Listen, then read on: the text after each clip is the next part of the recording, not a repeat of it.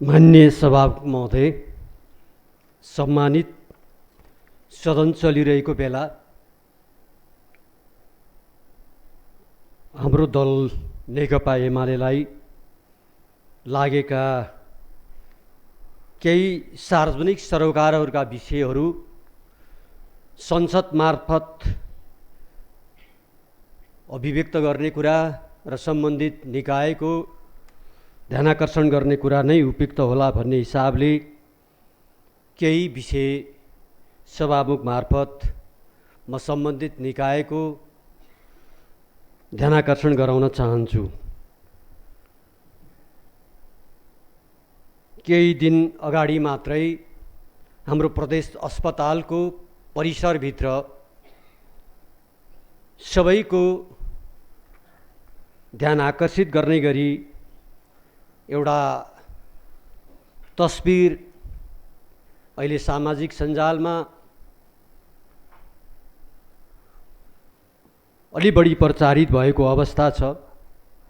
त्यसले हामी सबैलाई आफ्ना ठाउँमा जिम्मेवारीपूर्वक हेक्का राख्नुपर्ने, ख्याल राख्नुपर्ने ठाउँमा पुर्याएको होला भन्ने लाग्छ। प्रदेश अस्पताल बाहिरबाट हेर्दा साह्रै राम्रो छ। विगतको भन्दा हामी सबैले ध्यान दिएर त्यसको भौतिक पूर्वाधारको विकास भएको एउटा अवस्था छ। सामाजिक सञ्जालमा फोटो खिच्नका लागि लायक दृश्यका रूपमा पनि प्रचार भइरहेको एउटा अवस्था छ। तर त्यसको आन्तरिक अवस्था हिजोको भन्दा आज विचारणीय अवस्थामा पुगेको छ। त्यसमध्ये पनि एउटा चित्र, बच्चा र कुकुरको चित्र परिसरभित्र देखा पर्ने एउटा जुन परिस्थिति छ त्यो दुःखदायी अवस्था नै हो। सबैको ध्यान गएकै होला जस्तो लाग्छ, किनकि त्यो भनेर मात्रै ध्यान आकर्षण गर्ने कुरा छैन, त्यो चित्रले नै हामी सबैलाई अनुभूति दिलाउने कुरा रहन्छ। सम्बन्धित प्रशासनलाई पनि मैले बुझ्ने कुरा गरेँ, तर जुन महत्त्वका साथ त्यो घटनाले जे समाजमा इम्प्रेसन वा प्रभाव पार्छ त्यस अनुसारको बुझाइ गरेको, त्यो अनुभूति गरेको मैले चाहिँ पाउन सकिनँ भन्ने सम्बन्धित निकायलाई नै हो।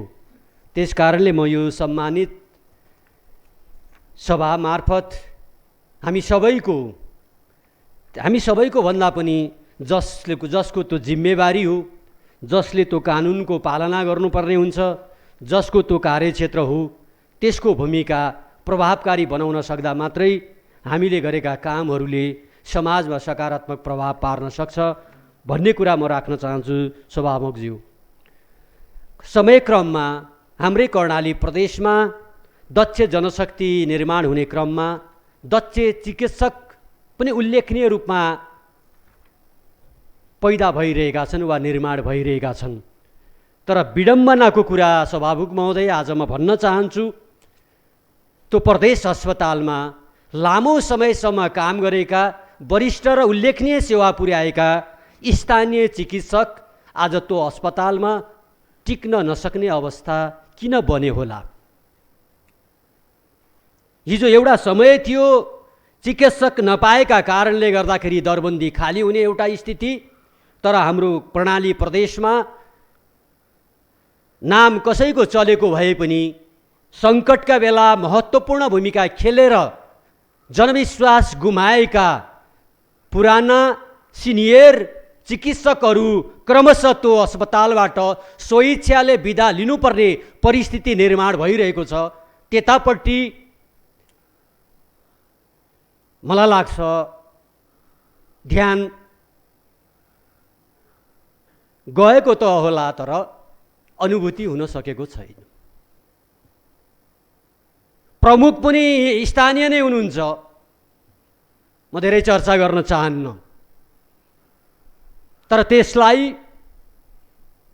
त्यो ढङ्गले सञ्चालन गर्ने कुरा रहँदा घर त राम्रा छन्, दृश्य त राम्रो छ, तर आन्तरिक सेवा र आन्तरिक सेवामा संलग्न रहेका जनशक्तिहरूको बेहालको अवस्था छ। देशमा लोकतन्त्र आएको छ, तर त्यो प्रदेश त्यो अस्पतालभित्र पेशागत हिसाबले आफूलाई लागेको बोल्ने कुरा गर्दा जोखिम उठाउनु पर्ने परिस्थिति निर्माण छ।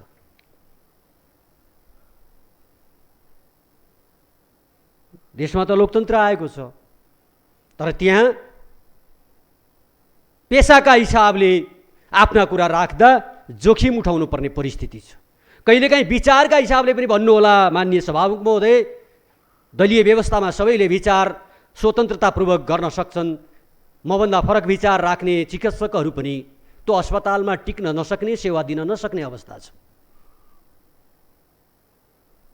आजभोलि कहिलेकाहीँ विचारले पनि दृष्टिकोणलाई प्रभाव पार्ने स्थिति रहन सक्छ।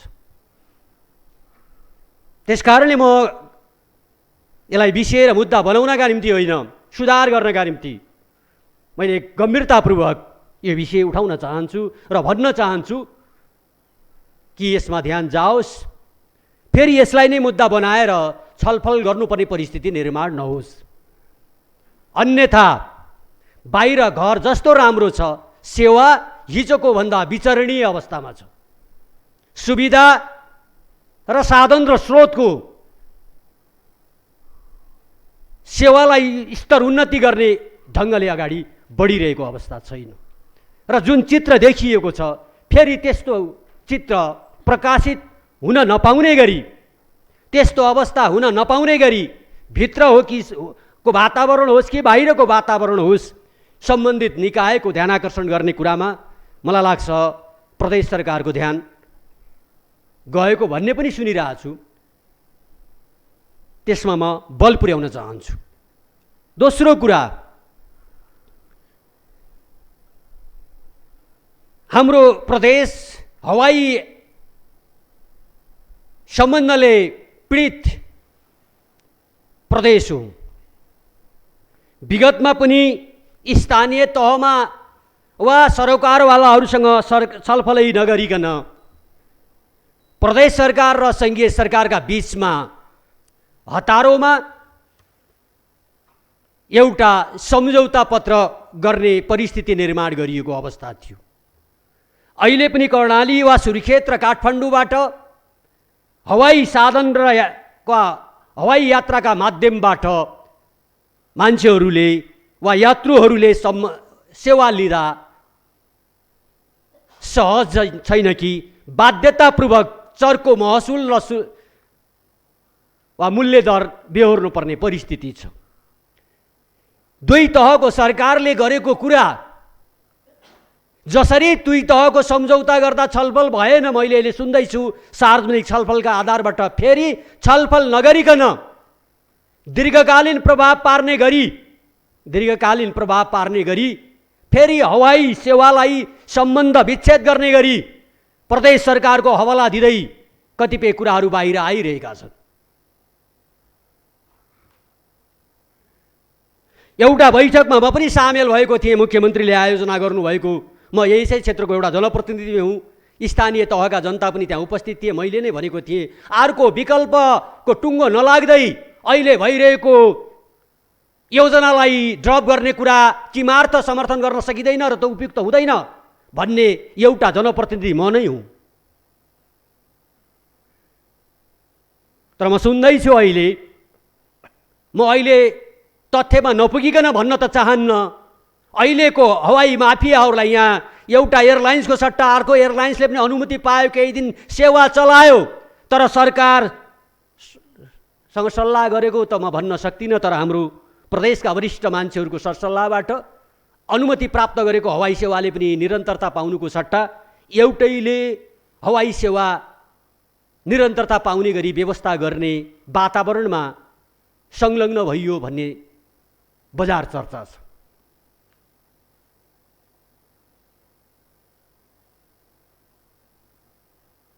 त्यसकारणले फेरि पनि म विनम्रतापूर्वक अनुरोध गर्न चाहन्छु, सरकारको जिम्मेवारीको कुरा हो, त्यहाँ होइन भने कहाँ हो भन्न पर्ने हुन्छ। भएको बन्द गर्ने, अर्को पनि भन्न नसक्ने गरी जाने कुरा जिम्मेवारी युक्त कुरा होला र? त्यसकारणले फेरि पनि म विनम्रतापूर्वक अनुरोध र आग्रह गर्न चाहन्छु, यस्तो कुरा कहीँ हवाई माफियाहरूसँग कोही कतै संलग्न भएर त्यसबाट प्रभावित भएर यस्ता काम त हुँदै छैनन्। जसले गर्दा नेपालगञ्जबाट 5,000, सुर्खेतबाट अब अहिले त 11,000 13,000 तिर्नुपर्ने जुन बाध्यात्मक परिस्थिति छ, यो कहिलेसम्म हो? यसको जिम्मेवारी लिने कसले हो? हिजो 2 तहमा, सरकारका तहमा सम्झौता भएको एमयू भङ्ग गर्दाखेरि पनि कुनै प्रक्रिया तय गर्नुपर्ने अवस्था रहन्छ कि रहँदैन? कि यसलाई राजनीतिको विषय बनाउने हो? योभन्दा अगाडिका केही साथीहरूले भन्नुभयो यो त उसको निर्वाचन क्षेत्र, उसले बनाउन दिँदैन। निर्वाचन क्षेत्र आफ्नो ठाउँमा होला, तर विकास आफ्नो ठाउँमा छ। त्यही बैठकमा मात्रै होइन, म स्थानीय तहका मान्छेहरूलाई भेला गरेर पनि भन्यो, विस्तार गर्दा विस्तार गरेर हुँदैन, यही पहिल्यै भयो त अब के गर्नुहुन्छ? तर विस्तार गर्दा तपाईँहरूलाई अन्याय हुने दिने कुरा हुँदैन एउटा जनप्रतिनिधिका नाताले। तर तपाईँले सरकारले बनाएको योजना तपाईँलाई उपयुक्त क्षतिपूर्ति दिन्छ भने तपाईँले त्यसमा अवरोध सिर्जना गर्ने कुरा त्यति उपयुक्त हुन्छ जस्तो मलाई लाग्दैन भनेर स्थानीय तहका सरकारवालाहरूलाई भेला गराएर पनि मैले भनेको कुरा हो। म फेरि आज भन्न चाहन्छु, विषयहरू पनि अनुहार फेरिए अनुसार विषयहरू पनि फेरिने हो भने विकास सम्भव छैन, विकासले निरन्तरता पाउन सक्दैन। त्यतापट्टि म ध्यान आकृष्ट गर्न चाहन्छु। अन्तिममा एउटा कुरा हो, हामी हिजो हाम्रो पार्टीको बैठक भएको हुनाले हामी प्रदेश सभाको नियमित बैठकमा उपस्थित हुन सकेनौँ। हाम्रो आग्रहलाई ध्यानमा राखेर स्थगित गर्नुभयो, त्यसको लागि धन्यवाद दिन चाहन्छु। तर केही मिडियाले, केही हाम्रा समितिका माननीय सदस्यहरूले, केही अरू माननीय सदस्यहरूले पनि नेकपा एमाले प्रति परिलक्षित गर्दै केही कुरा सामाजिक सञ्जालमा सम्प्रेषण गरेको मैले देखिरहेको छु। सरकारवालाहरूलाई, जिम्मेवारहरूलाई अनौपचारिक रूपले पनि दलका तर्फबाट मैले आफ्ना धारणाहरू राखिरहेकै छु। मेरो पहिलो त्यो कर्तव्य र ध्यान हो। अहिले सबै मनसायको तहमा म भन्न चाहन्न, तर कस्तो स्थिति बसाल्ने हो यो चाहिँ छलफल गर्नुपर्ने एउटा विषय छ। यद्यपि सरकार छ, विधानले व्यवस्था गरेको, नियमावलीले व्यवस्था गरेको, संविधानले व्यवस्था गरेको आधारबाट विधायिकाको कुनै पनि सदस्यले एउटा आफ्नो आफूलाई लागेको कुरा प्रक्रिया पुरा गरेर सदन समक्ष पेश गर्ने वैधानिक व्यवस्था छ, त्यसप्रति म जानकार छु। सरकारले विधेयक ल्याउने कुरा गर्छ, विधेयक पास गर्ने आफ्ना तरिका र विधेयकहरू छन्, तर यस्तो चलन छ कि ल्याउने बाटो आफ्नो एउटा ठाउँमा हुँदाहुँदै पनि सार्वजनिक सरोकार र सार्वजनिक महत्त्वका राख्ने कुराको आधारबाट वातावरण मिलाएर ल्याउनु भयो भने त्यो एउटा ढङ्गले अगाडि बढ्न सक्छ। समितिहरू पनि विधेयक ल्याइसकेपछि परिवर्तन भएका छन्, हुने व्यवस्था होला, तर पनि छलफल चलाउनु पर्ने अवस्था म चाहिँ देख्छु। कस्तो परम्पराको थालनी गर्ने हो? अहिले हाम्रो खास गरी अब परिस्थिति अलि बदलिएको छ। म त्यो बदलिएको परिस्थितिलाई म संसदभित्र प्रवेश गराउन चाहन्न। म संसद बाहिर नै त्यसका बारेमा सवाल जवाब छलफल गरौँला। पार्टीका हाम्रा कतिपय काम कारबाही र राष्ट्रिय अभिभारा पुरा गर्ने उद्देश्यका साथ अब तपाईँहरूलाई त त्यति प्रभाव पारिरहेको छैन होला, सबै मिलेर एकै ठाउँमा एउटै पार्टी बनाउने अभियानमा सामेल भएकाहरूलाई त्यति हतार छैन होला, तर हामी नेकपा एमालेलाई वैशाख 30 गतिको चुनावले अलिअलि प्रभाव पारिरहेकै छ। त्यसका कारणले पनि हाम्रो जति सक्रियता सहभागिताका साथ समितिमा बैठकमा सामेल हुनुपर्ने हो, परिस्थिति बस त्यस्तो हुन सकिरहेको छैन। कहिलेसम्म चलाउने कुरा छ, यो सरकारको कुरा रह्यो। तर म विनम्रतापूर्वक भन्न चाहन्छु, कसैको विरोधका निम्ति होइन, बहिष्कारका निम्ति होइन, असहयोगका निम्ति होइन, जे राष्ट्रिय अभिभारा छ त्यो पुरा गर्ने क्रममा हाम्रो अब सक्रिय सहभागिता वा यसैलाई समय प्रदान गरेर जाने कुरा ध्यानाकर्षण गर्न मात्रै चाहन्छु। किनभने हाम्रो निर्णयले मात्रै सबै कुरा त हुँदैन। अहिले अब म केही देखिरहेको छैन बितिहाल्ने कुरा। त्यो वैशाख जेठ असारमा गरे पनि हुन्छ। यद्यपि अभिलेखमा विधेयक पास गरेको सूची बढ्न सक्छ। सामाजिक समितिको बैठकको धेरै चर्चा गरेको सामाजिक सञ्जाल र बैठकहरूमा नि मैले सुने। हाम्रा कुरा ती गम्भीरतापूर्वक राख्छौँ, राखिरहेका छौँ। तर त्यसैलाई अनर्थ गरेर अर्को बाटो अवलम्बन गर्ने भए पनि मेरो त्यसमा केही भनाइ छैन। तर म फेरि पनि सभामुख मार्फत खास गरी गम्भीरतापूर्वक ध्यानाकर्षण गराउन चाहन्छु। राष्ट्रिय परिस्थिति र अभिभारा र काम जे छ त्यसका आधारबाट संसदमा केन्द्रित भएर बितिहाल्ने काम पनि नदेखेका कारणले त्यतापट्टि सबैको ध्यान जाओस् भन्ने कुरा राख्न चाहन्छु। हामीले हाम्रो ठाउँबाट रचनात्मक सहयोग गरौँ भन्ने हिसाबले नै विगतमा पनि कतिपय विषयहरू उठाइयो, सहमति भयो।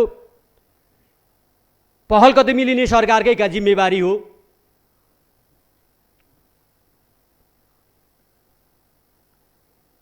आगामी दिनमा पनि हाम्रो सद्भावलाई, हाम्रो सहयोगलाई र हाम्रो रचनात्मक सहयोगलाई कायम राख्ने कुरा हो भने वैशाख 30 गतेको निर्वाचनलाई आधार बनाएर हामीसँग सल्लाह भएको कुरालाई, सहमति भएको कुरालाई र साधन र स्रोतलाई दुरुपयोग गर्ने कुराबाट कसरी बच्नुहुन्छ, कसरी बचाउनुहुन्छ, म त्यतापट्टि ध्यानाकर्षण गराउन चाहन्छु।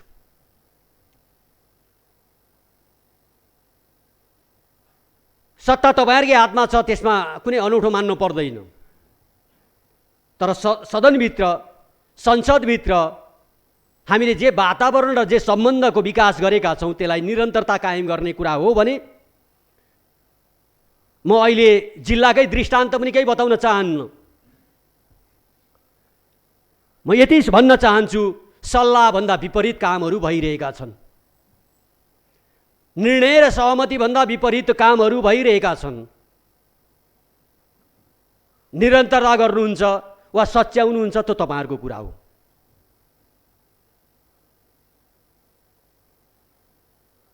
निर्वाचन हो, प्रभाव पार्ने अधिकतम प्रयत्न सबैले गरिरहने कुरा नै हो।